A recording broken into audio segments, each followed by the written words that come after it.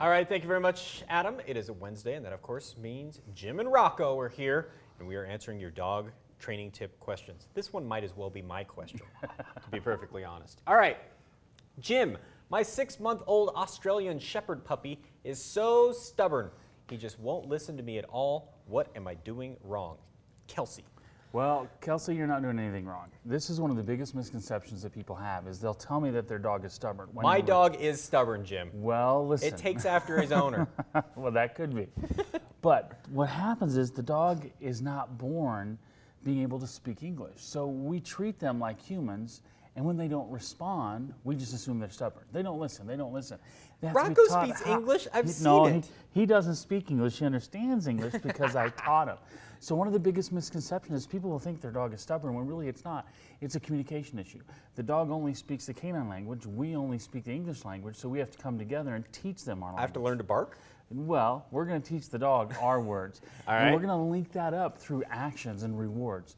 So when a person says to me, my dog is stubborn, he doesn't listen, what they're really saying is I haven't found a way to communicate with my dog. And so it happens all the time. Kelsey, you're not alone. I'm going to give you an example. I have a dog who will sit for treats and is pretty mild-mannered, but you get her on the leash, yank and pull, yank, pull. I can do anything I can to get her back, but then if you try to get her to sit down and she's outside like at the dog park, won't sit down, just ready to take off. Okay, won't sit down. Because of the distraction. So you have to teach her how to respond in the presence of distractions. You got to teach her how to walk with you. One of my clients, CJ Adams, she's an author here from Boise, and she has little dachshund. She had the exact same problem. Harry just kept dragging her down the street. And so we taught Harry how to focus first, like with Rocco. So no matter where I go, you can see Rocco turns his eyes to face me. But I had to teach him how to do that. Once I had his focus, then I attached the focus to walking with me. I attached the focus to sitting, to placing, to downing, to coming.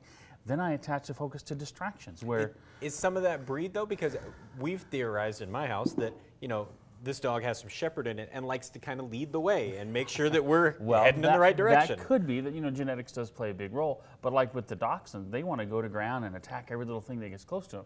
So maybe I'll ask CJ to come on with us and you can see how she changed it with her little dachshund, Harry, who's only about 10 pounds, but liked to act like a sled dog. It's all about attention focus and teaching and showing and educating. Not buying in that they're stubborn, but teaching them how to speak our language and what these words mean. And that's how you're going to have a better relationship. My dog is going to be 677 pounds by the time I get done with all these treats. You don't have to use treats. You can use balls, like with Rocco. I have a foam frisbee called an Easy Glider that he really loves. So occasionally I'll use treats, but I also intermittently space in squeakers and tennis balls and frisbees and all kinds of stuff. So he doesn't know what the reward's going to be. Today it's a treat. But outside, when we get outside, it might be his favorite ball or his frisbee. Today's a hot dog day. You can tell from Rocco because he's going crazy to do us some tricks. All right. I don't know. My dog's pretty stubborn. This might have to be a challenge coming in for that.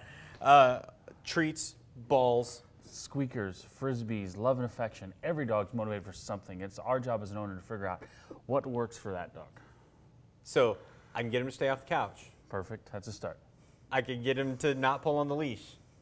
For what kind of reward are you using? I don't know. This is what I'm saying. These are all the stubborn behaviors that my dog has, let alone Kelsey's. So yep, you'll have to teach them. Don't punish them. They don't know yet. All right. If you got any questions for Jim, you can always head on over to the website. You can email us directly, news@kboi2.com, or you can get a hold of Jim at jimclawson@sitmeansit.com.